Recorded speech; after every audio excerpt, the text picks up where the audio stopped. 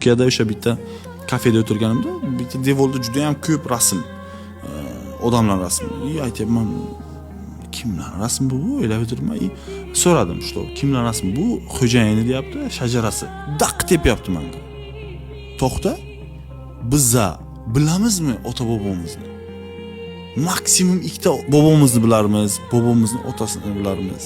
Lekin u yo'g'ini bilamizmi? Yo'q, chunki o'chirilgan. Nima uchun? Yo'limizni yo'qotishimiz uchun. Yo'lini yo'qotgan insonga yo'l ko'rsatish oson.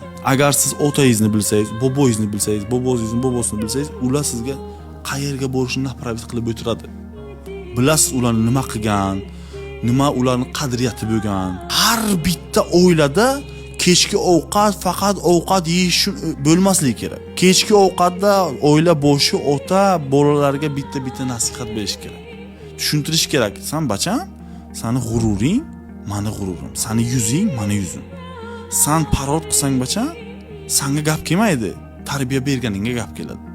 Sen bacham o'l o'chi o'sha yoqqa, lekin g'ururingni sotib kelma bacham. Men o'lsang omin qilaman, lekin qaytib kelsang o'zim o'ldiraman deyish kerak. Menga otam shunday dedi.